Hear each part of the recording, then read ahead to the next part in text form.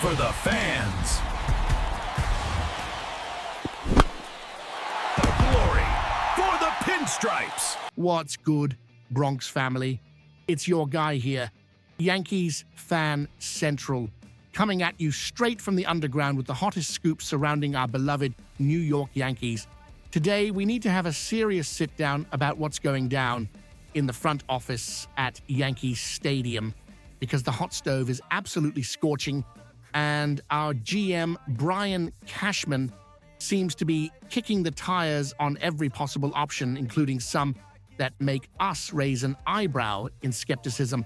It is mid-December 2025, and the rumors are flying.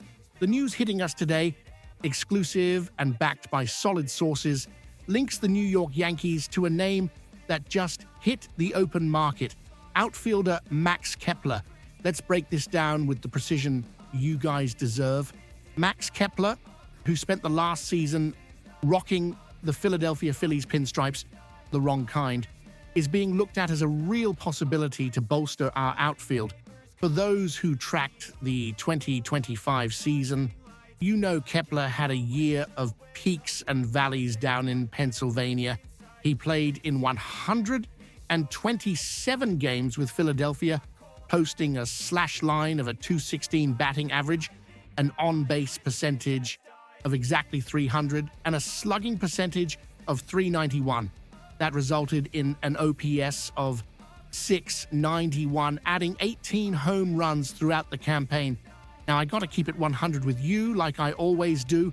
Those numbers show an improvement over his 2024 season, which was plagued by frustrating injuries, but we cannot ignore the reality. Kepler did not become the offensive pillar that Dave Dombrowski, the Phillies president of baseball ops, expected when he handed him a $10 million contract for 1 year. The fact that the Phillies aren't showing interest in running it back speaks volumes about the player's current market value. However, what makes this news intriguing for us, the bleacher creatures and diehards, is the context. We know the front office's number one priority has been bringing back our guy, Cody Bellinger, but the talks with Bellinger are stalling, and it seems there is a financial or strategic standoff there. It is in this vacuum of uncertainty that Max Kepler's name pops up. It's not that Kepler is the piece that will single-handedly carry us to the promised land, but he represents a low-cost option with 12 years of big league experience, 10 of them with the Minnesota Twins. The analysis here needs to be cold. Are we looking at a player who might be an insurance policy if Plan A fails spectacularly? I believe so. The Yankees are monitoring the market for depth, and Kepler, being a free agent, becomes an easy target for speculation.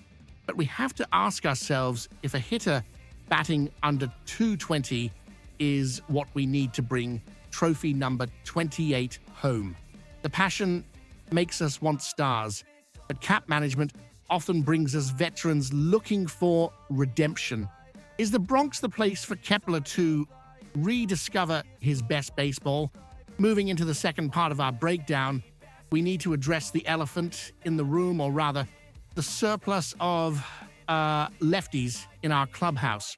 Brian Cashman was very clear in his recent statements when admitting that the New York Yankees are left-handed heavy throughout the lineup, and he isn't wrong. If we look at our projected roster for 2026, we are already counting on names like Austin Wells, Ben Rice, the Electric Jazz Chisholm Jr., Ryan McMahon, and Trent Grisham. Bringing in Max Kepler would mean adding yet another lefty bat to a list that is already saturated. Here is where the tactical analysis comes in.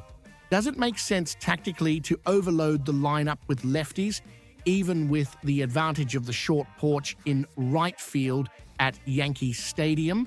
Cody Bellinger, our top target, is also a lefty, but the difference is night and day. Bellinger offers defensive consistency and an offensive ceiling that Kepler, at this stage of his career, is unlikely to reach. However, Bellinger brings the risk of a long and expensive contract, something that worries analysts given his age. now in his early 30s. Teams are afraid of paying for past performance and getting stuck with years of decline. Kepler presents a similar dilemma in terms of age, as he will be 33 years old when the 2026 season kicks off. The crucial difference, which might be the tipping point for the Yankees brass, is the type of commitment.